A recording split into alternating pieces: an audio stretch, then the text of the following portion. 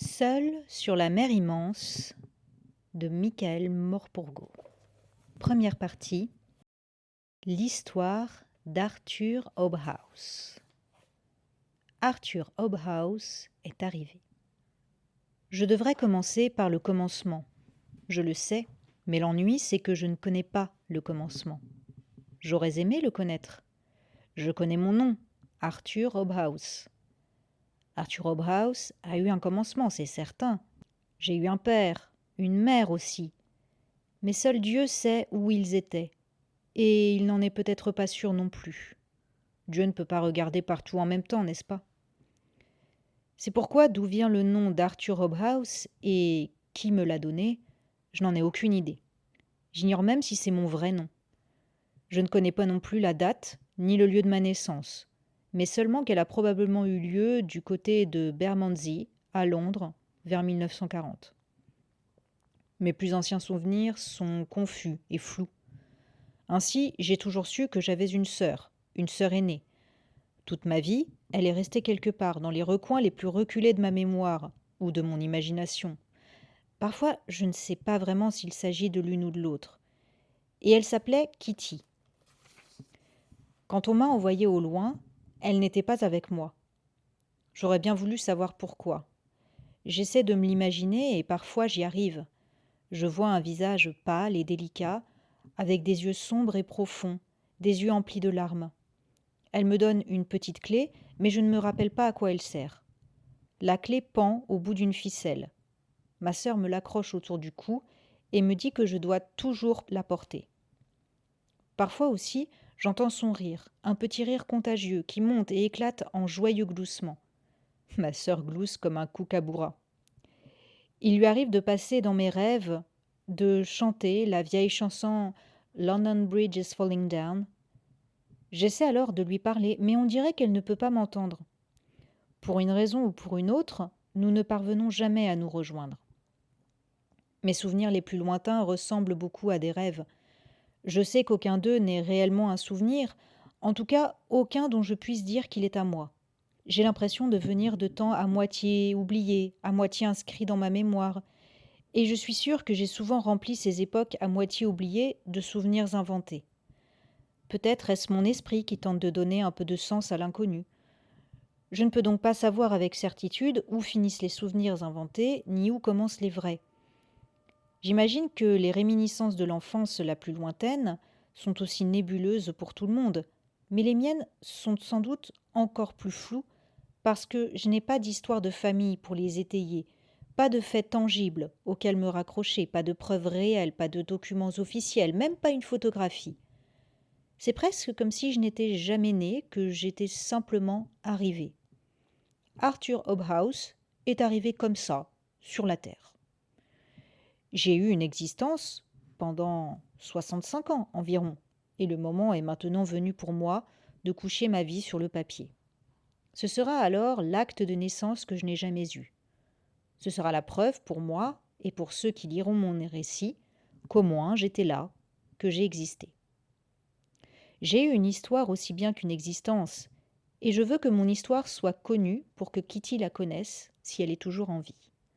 Je veux qu'elle sache quelle sorte de frère elle a eu. Je veux que Zita l'apprenne aussi, bien qu'à mon avis elle me connaisse déjà assez bien, et avec tous mes défauts. Surtout, je veux qu'Ali soit au courant, que ses enfants le soient aussi lorsqu'ils viendront, et les enfants de ses enfants également. Je veux qu'ils sachent qui j'étais, que j'ai existé, et que j'ai eu une histoire moi aussi. Comme ça, je vivrai en eux. Je ferai partie de leur histoire, et je ne serai pas complètement oubliée lorsque je disparaîtrai. C'est important pour moi. Je pense que la seule espèce d'immortalité à laquelle nous puissions prétendre, c'est de rester vivant aussi longtemps que notre histoire continue d'être racontée. Je vais donc m'asseoir ici, près de la fenêtre, aussi longtemps qu'il le faudra, pour la raconter exactement telle que je me la rappelle. On dit qu'on ne peut pas commencer une histoire sans en connaître la fin. Jusqu'à une époque encore récente, j'en ignorais la fin, mais à présent je la connais.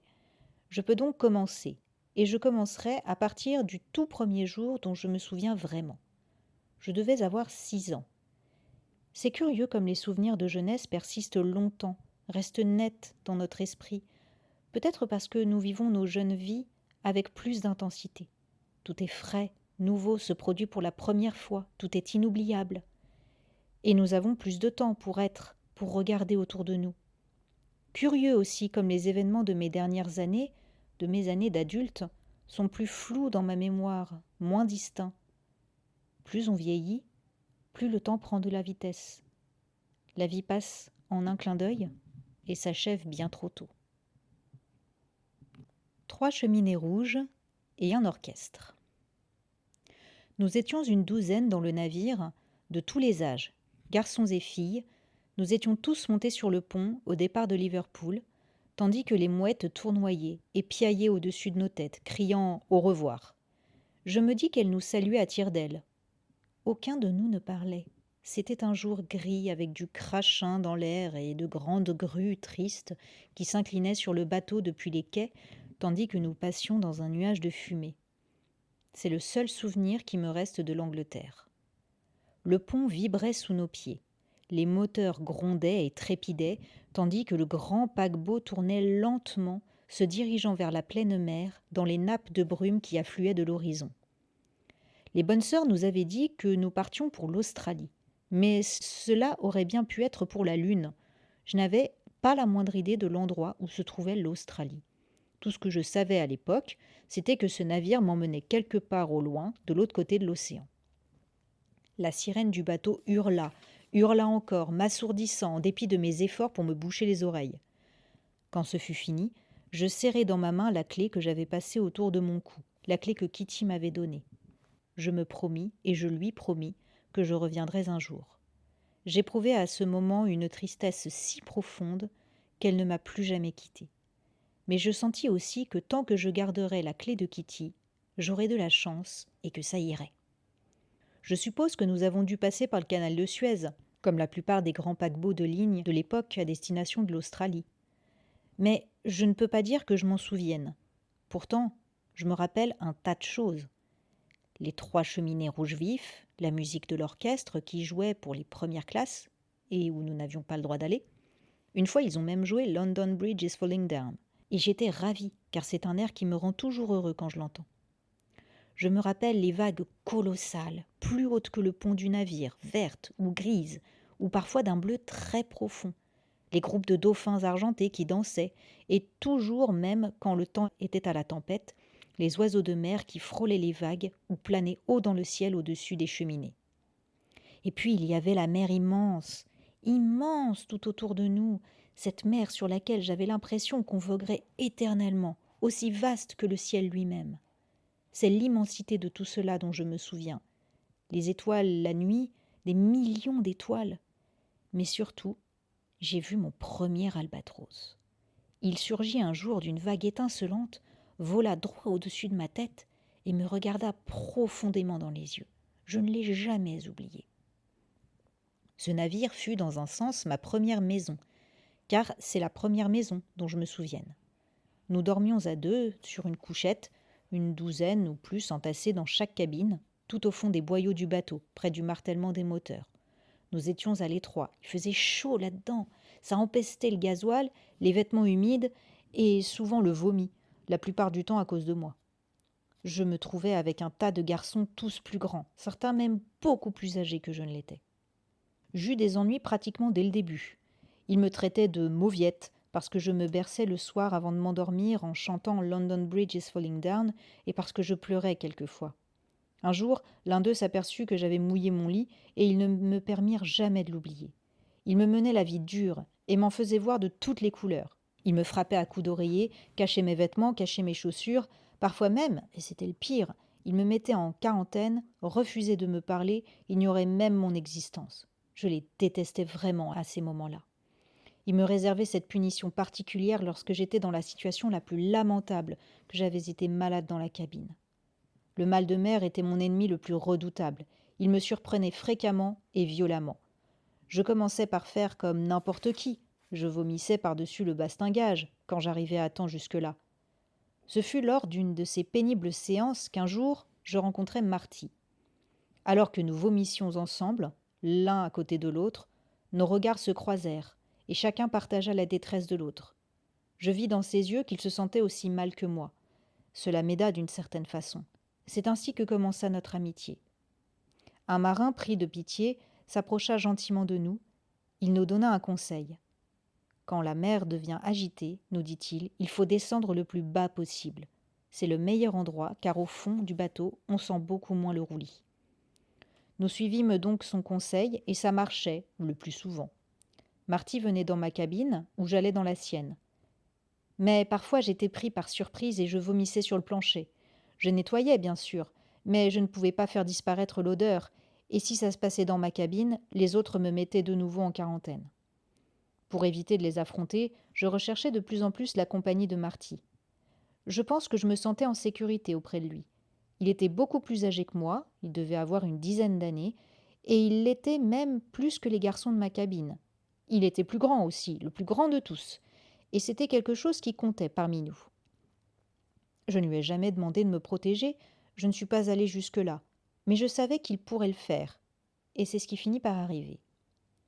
Nous étions sur le pont tous les deux en train d'observer un albatros planer sur les vagues. Comme moi, Marty adorait les albatros. Quand une bande de garçons de ma cabine arriva brusquement par derrière. C'étaient tous des types du Nord, et parfois j'avais du mal à comprendre ce qu'ils disaient. L'un d'eux, leur chef, Wes Snarky, commença à me traiter de tous les noms, et à se moquer de moi, je ne me rappelle pas pourquoi.